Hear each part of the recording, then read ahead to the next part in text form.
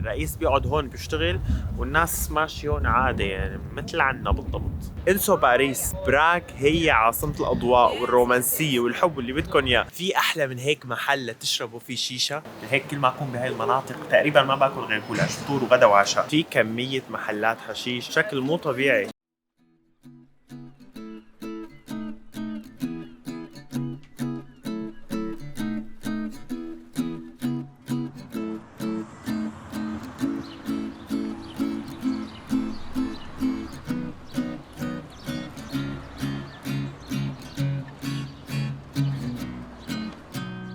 أهلا وسهلا فيكم بفيديو جديد، وهالمرة من التشيك وتحديدا من العاصمة براغ.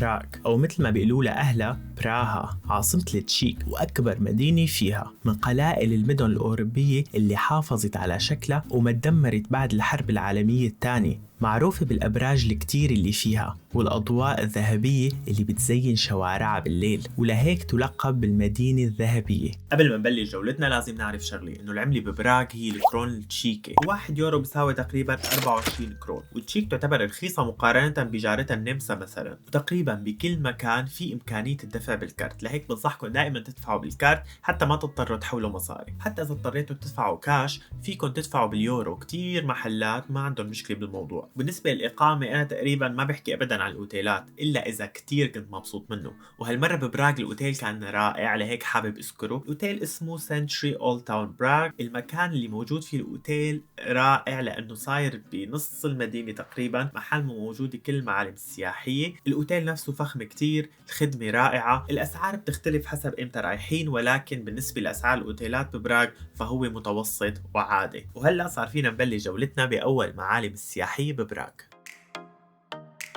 راح نبلش جولتنا بقلب المدينة القديمة وأهم المناطق ببراغ، واللي هي الأولد تاون سكوير، اللي فيها الساعة الفلكية المشهورة براغسكي أورلوي، ثالث أقدم ساعة فلكية بالعالم وما زالت شغالة بدون أي مشاكل. أقدم مرة انذكرت فيها الساعة كانت بال1410، وكل ما تكمل هالساعة دورة 60 دقيقة بيصير عرض بسيط بيجمعوا الناس ليتفرجوا عليه.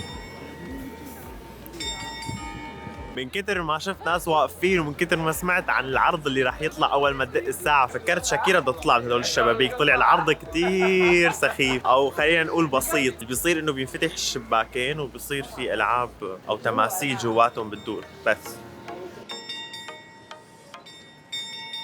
الاشياء اللي رح تشوفها كتير بشوارع براغ هي محلات التريدلنيك، واللي هي نوع من الكعك الملفوف اللي بينلف على عود وبينشوى على الفحم ومرشوش بالسكر. أكلة أصلا هنغاري ولكن منتشرة بالتشيك بشكل كبير كتير. هي نفسها إذا بتتذكروا أكلناها بفيديو بودابست واللي كان اسمها كورتش كلاش.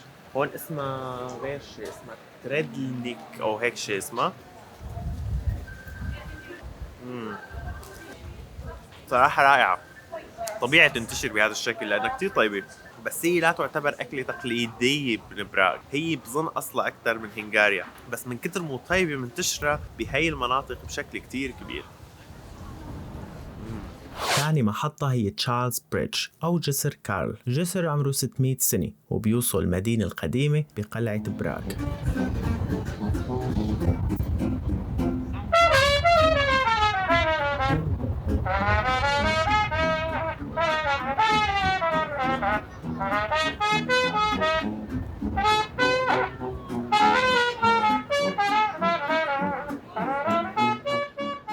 براغ احلى شيء تجوا عليه بوقت الشتاء، ومع انه سمعت انه كتير باردة، بس بصراحة اليومين اللي انا موجود فيهم هون كانوا كتير دافين، وحتى الشمس عم تطلع شوي مع انه نحن باخر شهر 11. ما بعرف، يمكن نحن حظينا او هو الجو ببراغ على طول هيك حلو. المنظر على الجسر بياخد العقل مع الشمس الضاربة هيك على النهر وعلى البيوت والأرميد الأحمر. صوت الموسيقى الحلوة والستايل القديم تبع الجسر بيرجعكم 600 سنة لورا.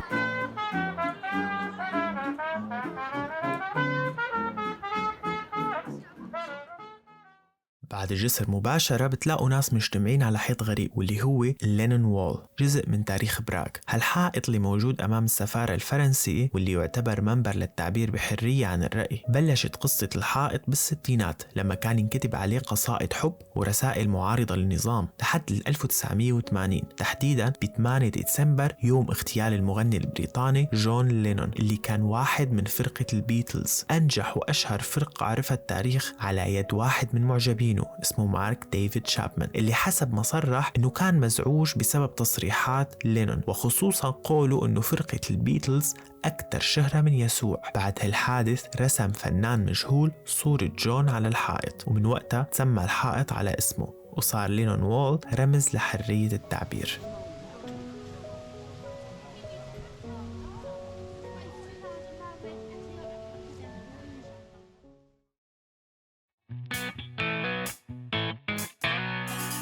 محطتنا التالية هي البراغ كاسل، أكبر قلاع العالم بمساحة 4300 متر مربع. فيها كاتدرائية فيتا اللي فيكم تطلعوا على البرج تبعها لتشوفوا براغ من فوق، ولكن بدون مصعد وبتكلفة 10 يورو تقريبا.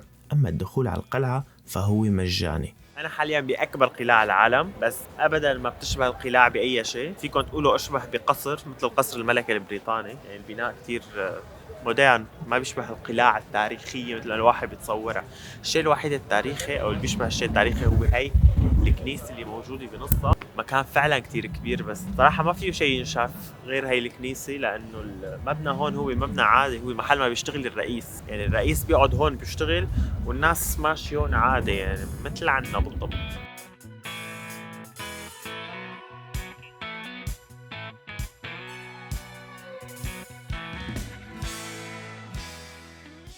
قريب على هاي القلعة بتلاقوا برج بيشبه برج إيفل، البترين تاور، انبنى بال 1891 كبرج مراقبة وإرسال، وحاليا صار من المعالم السياحية ببراغ.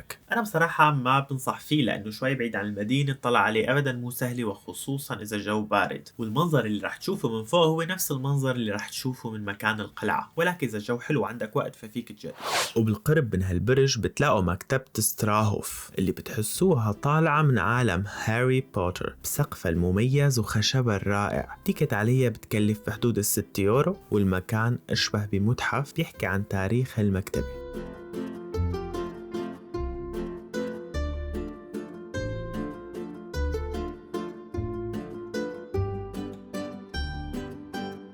وانتو ماشيين ببراغ كتير حتصادفوا أعمال فنية ومنحوتات للفنان ديفيد شيرني اللي كتير محبوب بالتشيك، وأعماله غريبة وملفتة للنظر، وأهم وحدة منهم هي رأس فرانس كافكا، الكاتب والأديب اللي ولد وعاش ببراغ ومحبوب فيها كتير.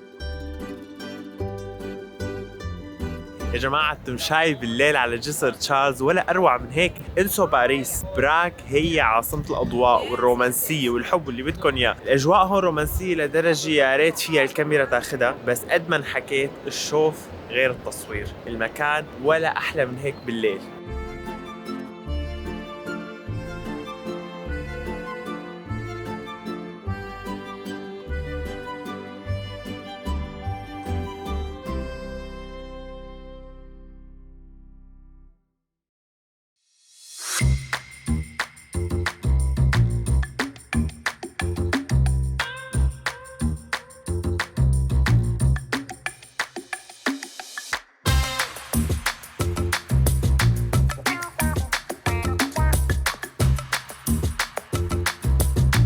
هلا وصلنا على اهم قسم بالفيديو واللي هو الاكل والمطاعم. اللي لسه احلى من المعالم السياحيه ببراغ هي مطاعمها وكافترياتها الراقي كتير، بستايلها كله قديم ولسه محافظ على هذا الشكل التقليدي القديم. طبعا المطبخ التشيك كتير غني، هاي من الشغلات اللي اكتشفتها هون، انه في اكلات كتير تقليديه خاصه بالتشيك ببراغ انا بحياتي مو سمعان عنها، لهيك رح ناكل فقط اكل تشيكي وتقليدي بهالفيديو. ورح نبلش بالاكل الاطيب والاشهر بالتشيك واللي هي السفيتشكوفا، الأشهر على الإطلاق وأكثر أكلة تشيكية تقليدية. الاسم هو اسم الصوص اللي معمول من الخضرة وكريمة الطبخ، وبيتقدم مع لحم بقر وخبز وشوية مربى. أطيب مكان تجربوها فيه هو مطعم إمبيريال، مطعم على مستوى رفيع لأنه الشيف اللي فيه هو شيف تشيكي مشهور ستينياك بولغاي، طباخ ورجل أعمال ومؤلف كتب ومقدم برامج طبخ، والأكل عنده كتير طيب. بس لا تنسوا تحجزوا بالمطعم قبل بيومين على الأقل أونلاين أو بالتليفون.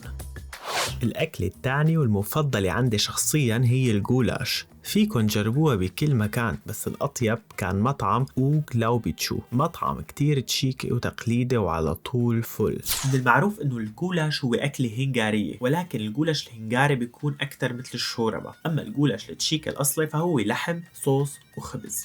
ثالث مرة باكل جولاش، مع اني انا صار لي يومين هون، بس انا كتير بحب هالاكله وبعرف كتير منيح انه ما حدا بيعرف يعملها مثل اهل تشيك واهل هنغاريا. لهيك كل ما اكون بهاي المناطق تقريبا ما باكل غير جولاش، فطور وغدا وعشاء. بس هاي اول مرة اجربها مقدمه هيك بقلب خبز.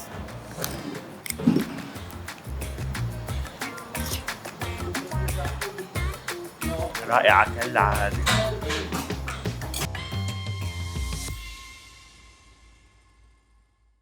أيضاً من الكافيهات الراقية والمشهورة ببراغ هي كافيه اللوفر، واللي كان الكاتب فرانك كافكا من أحد أهم زواره، وبس تجربوا الكيكات اللي عندهم رح تعرفوا ليش كان كافكا يتردد على طول عليها.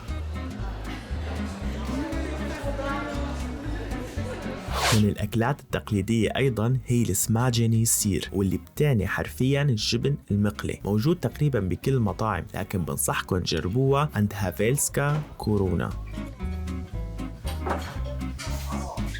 طعمتها كتير جبن، اللي بيحبوا الجبن رائع. المكان كمان كتير حلو، سيلف سيرفيس، تنقي اللي بدك اياه، بس هو اكثر شيء يمكن معروف بهي الاكله.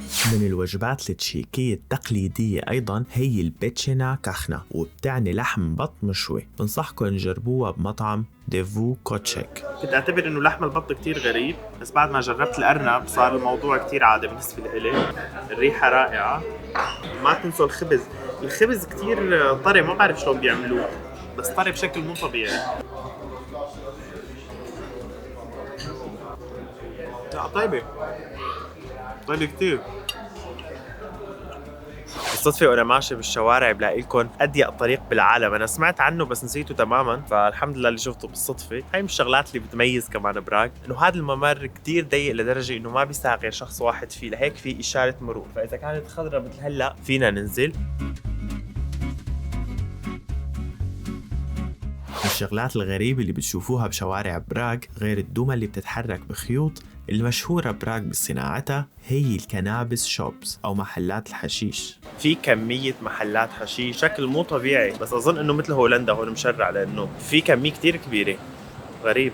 وأخيراً المكان اللي ما لازم تفوت زيارته أبداً، وخصوصاً إذا بتحب الشيشة، هو كافيه كريستال. المكان رائع بكل المواصفات، من الخدمة للأكل للشيشة، وأهم من كل شيء هو الفكرة المميزة للفقاعات اللي عاملينها حتى الناس تقدر تقعد أوت دور حتى بأبرد أيام الشتاء. المكان يعتبر أغلى من غيره، ولكن مو مبالغ فيه، طعمة الشيشة عندهم ولا أروع. في أحلى من هيك محل تشربوا فيه شيشة؟ هيك مكان وبهيك أضواء.